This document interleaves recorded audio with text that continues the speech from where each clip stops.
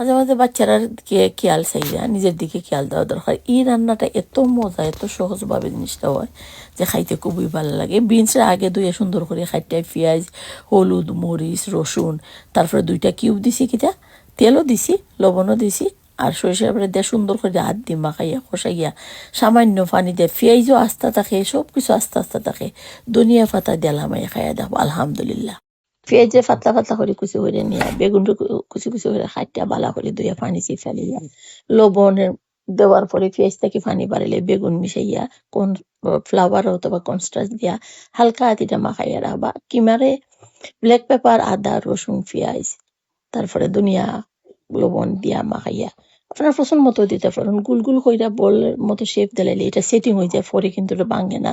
তারপর পছন্দ মতো সস দেওয়া পরিবেশন করবো আলহামদুলিল্লাহ। বেগুনটা খাইতে কিছু সময় লবণ বান্ধি ভিজাইয়া তৈয়া ভিতরটা ইলাখন সুন্দর করে গোল করে কাটার পরে মেরিনেট করে তো রাখবা। আর বাকি যে ভিতরের অংশ আছে এটার সাথে ডিম, মাংস মিশাইয়া আমি ভিতরের ফুটের লাগে রেডি করবো।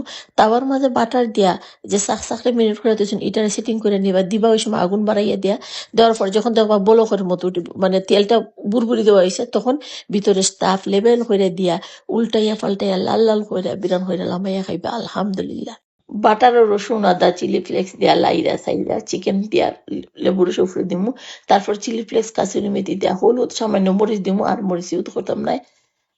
সুন্দর করে 100% কুক করে নিমু। কাঁচা মরিচ, পুস্ত দানা, বাদাম রে ব্লেন্ড করে নিমু। পেঁয়াজ, রসুন, আদা, ধনিয়া গুঁড়া, জিরা গুঁড়া, 1 প্যাকেট রোস্ট মশলা দিমু। গোটা মশলা যা যা লাগে তাই দিলাম। দেওয়ার পরে পানি আর দিতাম নাই, এখানে দুধ দিয়া সুন্দর করে কষাইয়া কেওড়া জল, ঘি, কাঁচা মরিচ দিয়া লামাইমু আলহামদুলিল্লাহ। আমার কি তাই মনে জানেন না, আমার লাগা সুটকি ফাগল মানুষ আছেন, তো 1 মাসের লাগে যদি আপনি সংরক্ষণ করতেন না, বালা চাও নাই সুটকিরে দইয়া কুসুম গরম পানি দিয়ে প্রথমে দইয়া, পরে ঠান্ডা পানি দিয়ে বালা করে দিবা। দইয়া পানি জড়াইয়া টিস্যুর মধ্যে বিছাইয়া সুন্দর করে বাজবা, পানি যাতে থাকে না। আর এটার কুটতে আদা ভাঙ্গা হইরা খাসের বয়ামও সংরক্ষণ করবা। যখন মনে চাইব ঠিক এলাকান মরিচ, রসুন বাজিয়া ফেজের পাতা, ধনিয়া পাতা দিয়া ভর্তা করে খাইবা আলহামদুলিল্লাহ।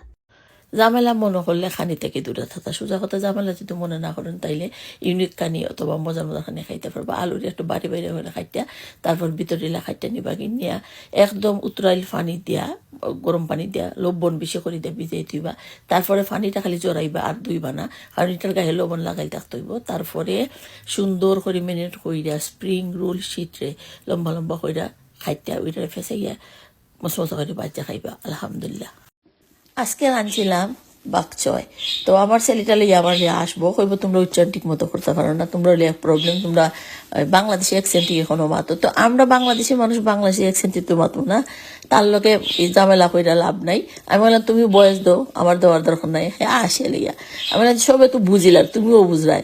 গ্রোসারিত গিয়া চিনে আন্না খাই লিতে পারলে গেছি। এটা মূলত চাইনিজ একটা বাঁধাকপি, আমি চিংড়ি দেয়া ক্যাপসিকাম দিয়ে সুন্দর করে রাঁধছি আলহামদুলিল্লাহ।